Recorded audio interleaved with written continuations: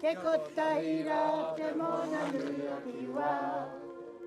Tuku ahau kia hikoia ko tēnei mea ko te kotahitanga. Tuku ahau kia hikoia ko tēnei mea ko he hakaputanga. I ki ai ki te ao ko hau te rangatira I runga I nei whenua. Ko te mana motuhake o te iwi Māori I tēnei wā tonu kei te ringa o te kāwanatanga. Ahu tangi anau I te mea e hikoi tonu ana tō mātou iwi. E hikoi tonu ana tō mātou iwi.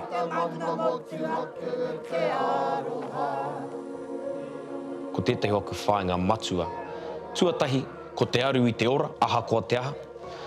Engari, ko te whāngai I te horopaki me ngā kōrero e mōhio ai tātou te iwi Māori, he hai pēnei rawa ai tātou. I really, really hope that they're not going to be standing here when they're 60, fighting the same battle.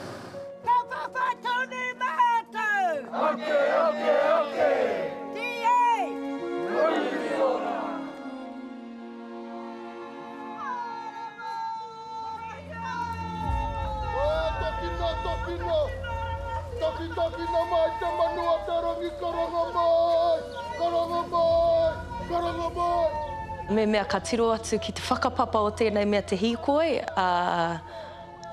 ka tīmata ki te taitokerau. Nā reira, I toko ake te whakaaro. I roto I ngā hui maha, he iwi hīkoi tātou. Nā reira, kua nui ngā hui e pā ana ki tā tātou tūnga hei whawhai tēnei kāwanatanga me warātou mahi kuare. Hoi no, I roto I ngā hui I tono a te taitokerau, mā rātou e hiki, e kawe I tētahi hīkoi. Me taku whakapono nui, I te mea I ahu mai te rā kaupapa I a rātou, ka tutuki. Tuku ahau, kia hikoia, ko tēnei mea ko te whanaungatanga. Tuku ahau, kia hikoia, ko tēnei mea ko te kotahitanga. Tuku ahau kia hikoia ko tēnei mea, ko he hakaputanga. I ki ai ki te ao, ko hau te rangatira I runga I nei whenua. Koenei tā koe whakapono nei, tērā te kōro mo te whare atua. He āhuatanga o te ngahere, te reo Pākehā ko te mycelium. Ka kore koe e kite, engari ko te whare atua he momo te toronga o te harore. Ko tāna, he hono I ngā rākau katoa o te ngahere, he whānga I ngā rākau katoa o te ngahere. Kia au nei, he ori te tonu tērā ki te ngā āhuatanga o te iwi Māori. Ka kore pēr koe e tino rongo, e tino kite rānei, e tino rongo ātaringa, engari ka rongo koe te haruru o te whenua. Tērā te kōrero, haruru tapu ai, kā ea. Ko tāna ki tāna iwi, kia kotahi te tapu ai, kia kotahi te tinana, kia kotahi te hinengaro, kia kotahi te wairua. Ka eke rā te kōrero, kotahi te manu, kātou. Ki te taha ure tārewa, he uri ahau no te tai rāwhiti, no Ngāti Porou, no te whakatohea, no hoki. Ki te taha Ukaipō, taku māma, he uri no Ngāpuhi, no roto o Ngātirangi ki Ngāwha. Kiritami here Waititi, ahau. Te tiro ki ako ki te kāmera. Ko te pihi rai tōku ingoa, huri tēnei no ngā iwi maha o te arawa waka, ara anō aku pānga ki roto o Taranaki Maunga, ngā rua hinerangi, ngā tika hungunu ki te Wairua, ngā tiraukawa, me ngā siwhiti kaupeka anu hoki. E waimari au pau, waimari au te noho I te atarau o oku mātua, ki reira hua mai ai te nui o ngā kōrero ka puta I te ahiahi nei. Ko huia mai kia kotahi runga I te mōhiotanga. Ara ko te tariwha nui, kai te aroaro o te ao Māo. No he arawa, te mana Māori motuhake, e pahawa I te anuanutanga o ngā tau.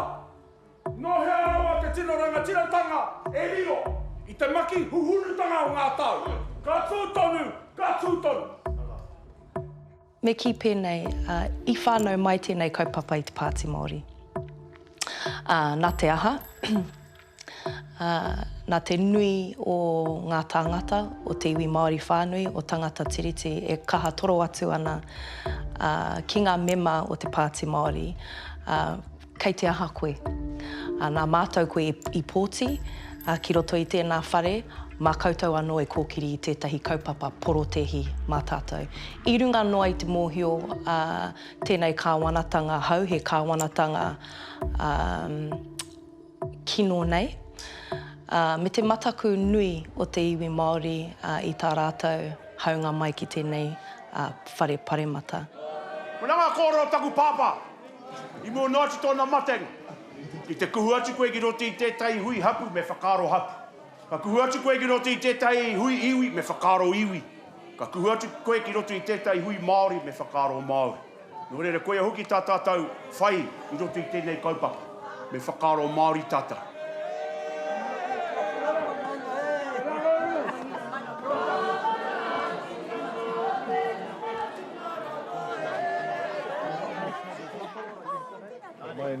Huri toke tau, huri anga pērā, ne? Tahia, kei, tahia. Ia, hikoi! Wane, hikoi. Tu te rako, te taki a tēnei, koe hati taki hari. E whakai ane, tu ane hikoi ana mo te aha. Tai anō au ka muku i ngā roimata i taku kanohi, i te rongo i ngā tūpuna i tata nei me te aroha ki a rātou, o tira ki a tātou, te iwi Māori, kua hui mā rohi nei runga i tēnei kaupapa. Kei ko nā tonu e tahi māharahara e rangi ka nui hoki taku hari, taku koa. Kei ko nei, i lite ana.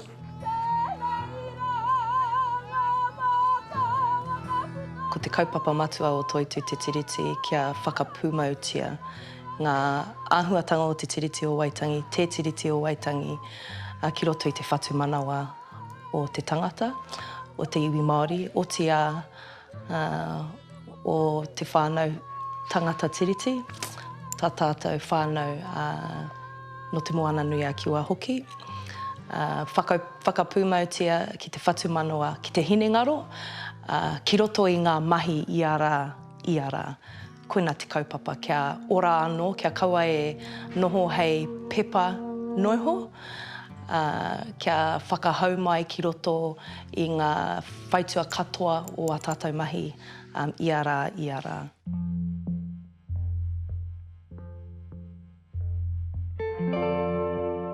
Ko tēnei tohe mō te tiriti me the treaty, he tohe o enei āhuatanga o te Māori taketake me te Māori manene. Tēnei mea te Māori manene he mea rāwaho. Ne, kāre te tino marama e hara no tēnei au he rereke ngā mātāpono, he rereke ngā whakaaro.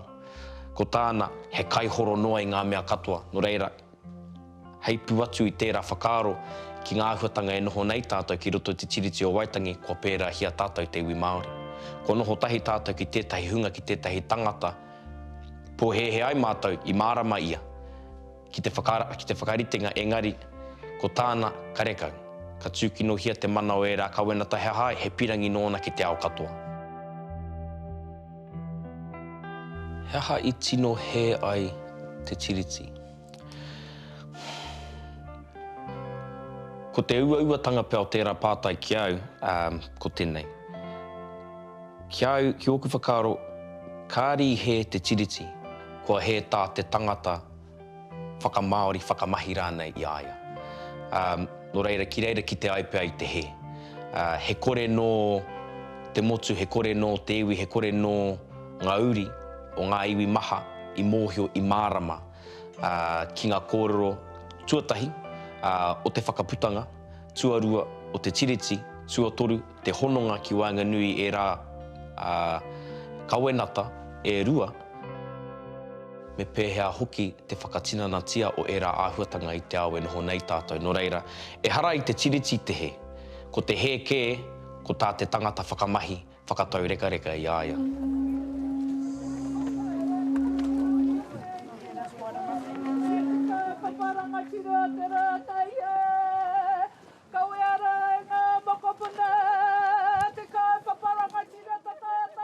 He maha o tā tātou iwi, kāre paku māramana ki te tiriti o Waitangi, me te whakatinanatanga o te tiriti o Waitangi ki roto i wā mātou ao. Me he kai ako koe, me he mea tauira ana koe, me he mea kaimahi ki te toa. Me pēhea tātou e whakatinana i te tiriti o Waitangi i roto i wā tātou mai.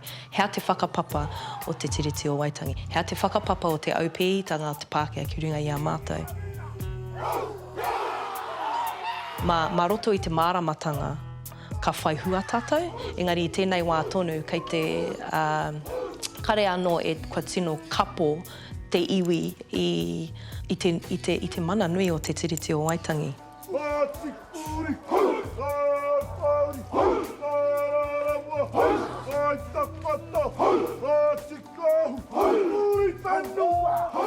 I raru nui te iwi Māori. Ahakoa i haina tonu tātou te tiriti i raru tonu tātou. Koira pia te pōhehe nui. Ko kino ke atu pia te tāmitia o te iwi Māori mena kāre tātou i haina i tērā. Engari, i raru rawa tātou. Ka kōruhia tēnei mea te cultural genocide. I ngaua te iwi Māori e tērā whakaaro. Doctrine of Discovery, i ngaua te iwi Māori i tērā whakaaro. I tāmitia tātou, i kōhurutia, i pāwhirangia tātou, e tērā whakaaro, e ērā whakaaro. Ahakoa tiriti, aha atu rāne, ko mōhio tātou. Te momo o te Pākehā o te tauiwi, ko whai ia i te ara, ahakoa te aha.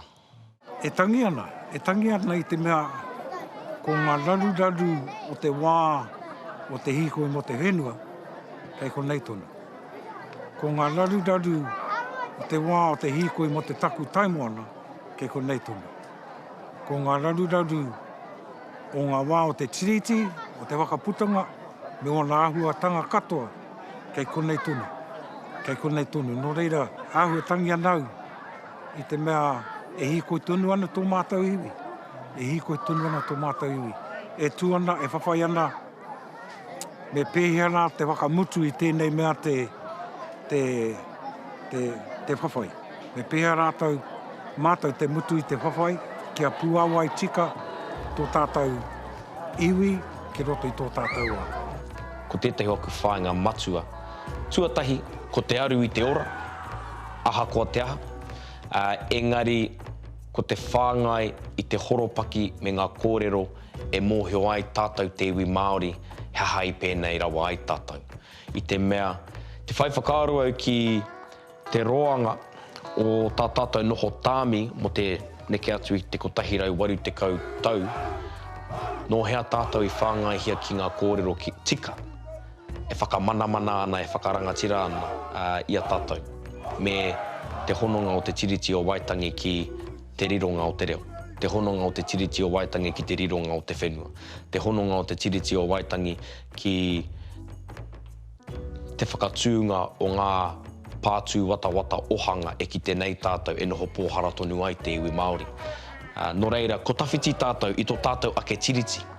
He kore no tētahi whāngai te horopaki i ngā kōrero e ki te ai tātou i te hononga o enei mea katoa. Nō reira, ko mate tātou te āta kimi i ngā wahanga rereke o tēnei papa kuhukuhu.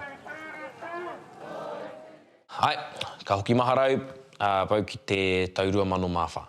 The Hīkoi met with one Prime Minister at Parliament, just not the current office holder. It was Richard Seddon's statue flying the Tino Rangatiratanga banner. Te kautaku pakeke pēi tau, te kaumārua. I noho atu mātai ko taku whānau ki Harataunga, ko taku pāpa te tūmaki o te kura. I wehe mātou i te ahiahi, i te rangi i mua, ka tai mai ki pōneke i te wehe ruatanga o te pō. Kāre au i tino mōhio, kāre au i tino mārama i tauawa ki te take o tērā hīkoi. Engari i wehi katoa au ki te hia mano tangata i reira. Nā koira tētahi mea kua roa nei au e mau tonu nei, ko tērā mahara. Te āhua o te kare āroto i tau ki runga ki au, a te wairua i tau ki au i au e tamariki ana nō mātou ka tae mai ki tēnei hīkoi. Aho ko kāre au i mārama, i kite au i te kaha, me te māia, te tapatahi o te iwi Māori. Ko kite e tātou i nānei, la runga i ngā āheinga o ngā pai papori, ko nui ke atu. Ko nui ke atu te horapa o enei kaupapa ki te ao. Dame Whina Cooper leading the historic 1975 land march out of the tiny settlement of Te Hapua. We are just a handful of people, ākehā friends, to let them see what land means to us.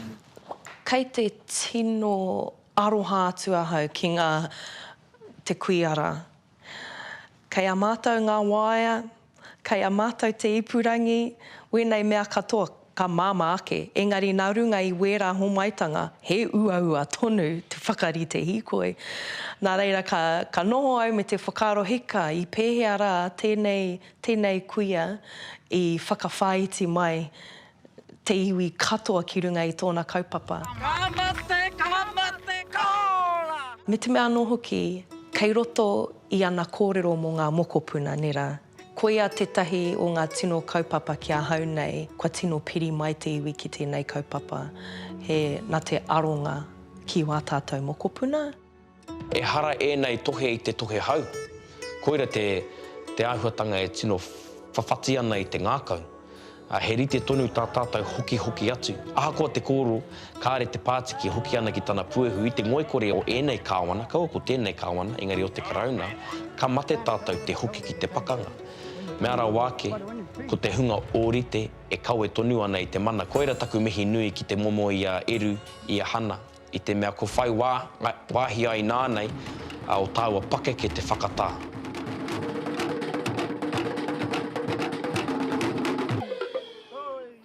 With this hīkoi, we decided to let the young ones take the lead in everything, you know, and it's been absolutely, I have faith that things are in the right hands.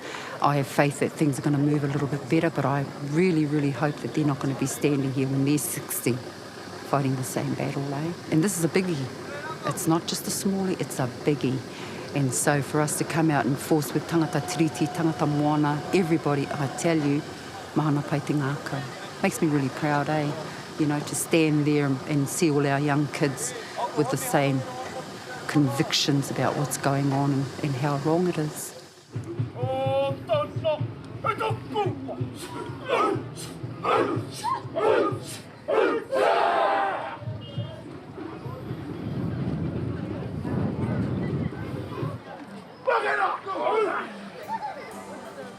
Kāre au te tiro whakaai ki tērā whakaaro pai, me pono e, te whakaaro he iwi whawhai tātou.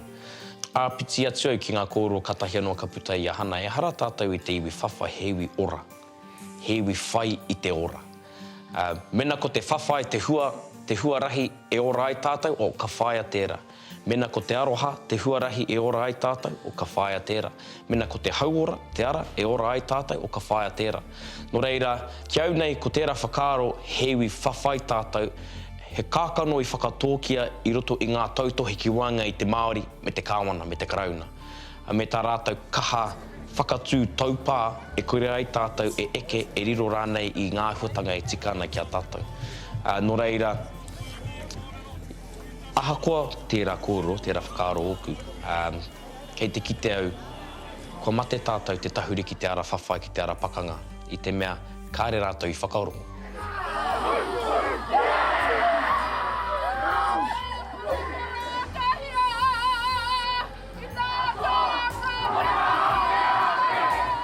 I ki te tātou tērā i tēnei wiki nei i roto i ngā mahi a hana, me tāna wero atu, i te whare pāremata.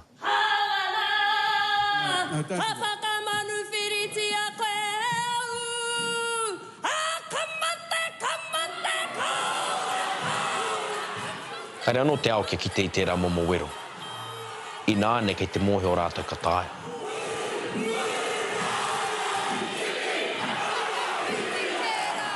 Hea te huarahi e ora ai aku uri.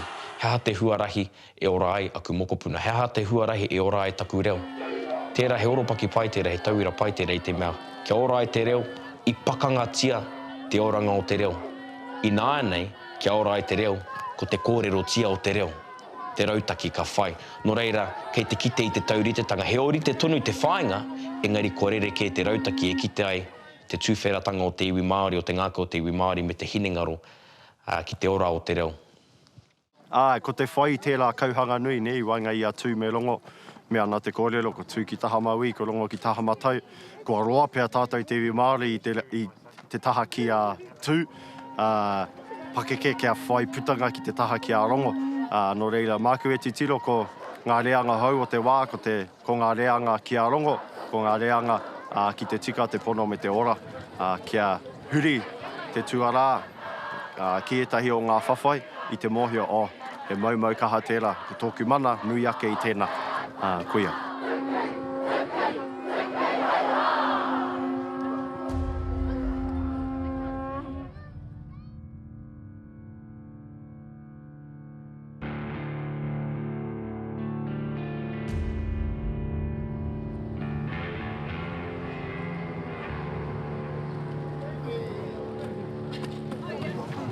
Koe nei pia te pātai nui kia nei. I te mea ahakoa tērā hikoe, te taurua mano mawhā, i mana tonu te ture, i tohea e tātou i taua wā. I mana tonu te ture. Nō reira, ki reira, whakaaro pēr ai te tangata kāre i whai hua. Tētai hua nui pēr o tērā hikoe tuatahi ko te whakaohonga o te ahi. Tō rangapū o te ahi tohe, o te Māori kua noa e noho tāmi ana, ai raro i ngā tāmitanga o ngā ture o te hiarautau. Ka hua mai ko ngā tamatua, ka hua mai ko te rōpū a reo Māori ki konei. He hua tonu era. Whai whakaaro ake ki te taurua mano mawhā, ai, i mana tonu te Foreshore and Seabed Act, engari, no tērā tohe, ka whānau mai ko te Pāti Māori.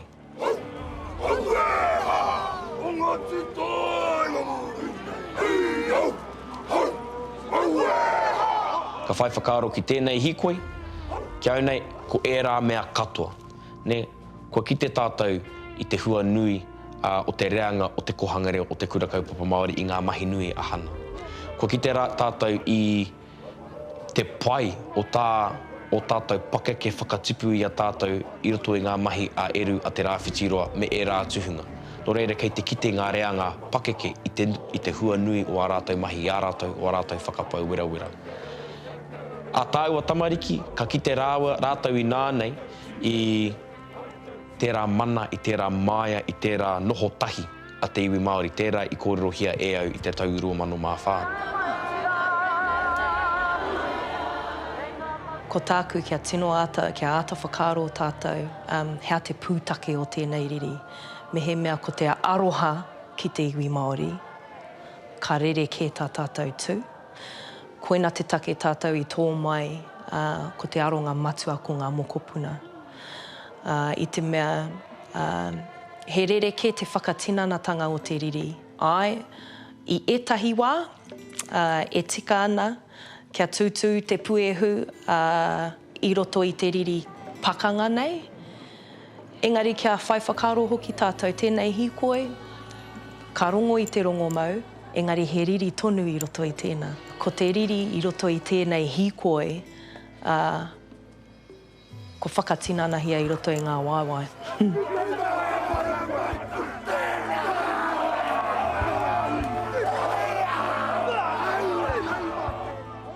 He mea nui ki au.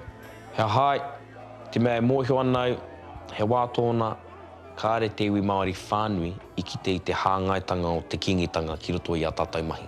Nā, kāre o mo te kuhu ki tērā taha o te tohe, engari, ka whai whakaaro ki ngā mahi nui a Kingi Tūheitia, pō tatau te wherowhero te tuawhitu ki te whakakotahi i te iwi, i mua tata tonu o tana matenga.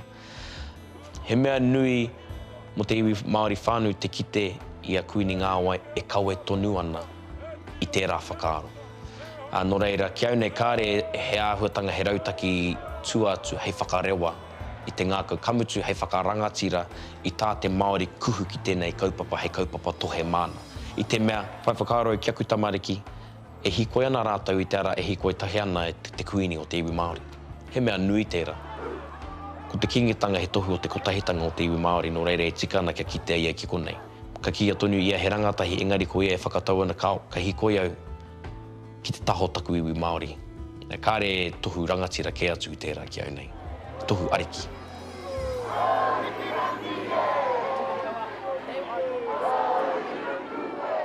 Ko te mana motuhake o te iwi Māori i tēnei wā tonu kei te ringa o te kāwanatanga.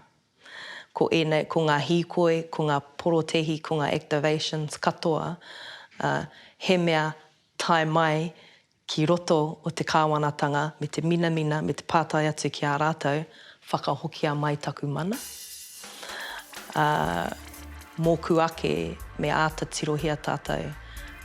He oranga nui kei roto i te iwi Māori, kotahitanga, me whakakotahi tātou i runga i tētahi whakaaro kia puta atu i tēnei kāwanatanga. Mā tēnā whakaaro, ka tūwhira te tātou ki etahi atu huarahi hei whainga mā tātou. Ko taku paitata, kia whaiwā oku mātua te whakata. Koira te paitata. Ko te raru pia o tērā paitata, e whakatā ai rāua ka mate tātou te hiki ake i te mānuka, me te kuhu ki te ahi. Engari, mena ko tērā te pai tata, kia whakatā o ku mātua, ko te pai tawhiti, kia kawarawa pēr a tāua tamariki, e mate te pīkau i enei haipapa, te kawera ana i enei tohe. Ko tētahi wehenga o te hīkoi e ahu atu ana ki Paremata e rangi, ka hīkoi tonu, tō tātou iwi Māori ki tua, ki te ora, ki te māramatanga, kei ko nā hoki ngā kupu tawhito karakia a rātou mai, mea ana hikoia te whitu, hikoia te marama. Ko e tērā ko te whāinga i roto i tēnei. Hākoa he tohe, he whawhai i te rori, e hari te mea koia tēnā ko te kaupapa matua, ko tātou te kaupapa matua. Pakanga i roto noa i te aroha me te rongo mau. Ka taeanga mea katoa.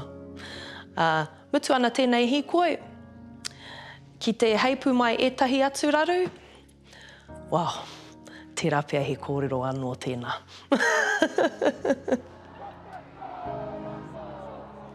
Ko tētahi anō pai tawhiti, ko te wā ka kore tātou e mate e ware rā nei te kōrero mo te tiriti o Waitangi. I te mea kua whakairohia kētia, kua whiria kētia ki roto i ngā āhuatanga katoa o te ao e noho nei tātou. Ka rea i te pirangi kia mate aku tamariki te tō ai tonu i enei kōrero.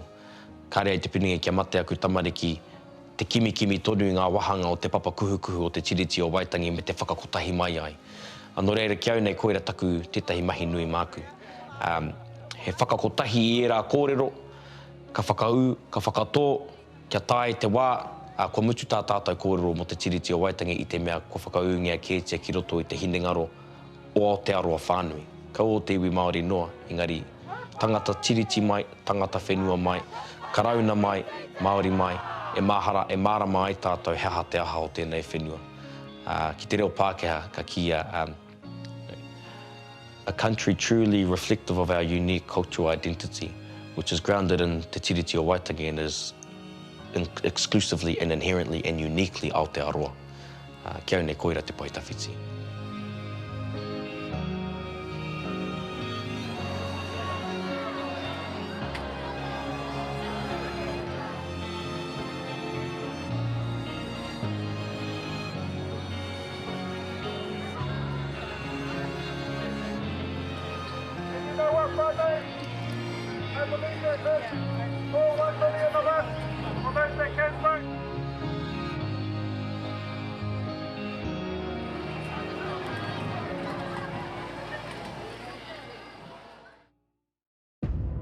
E kore te mere e tutuki i te pū.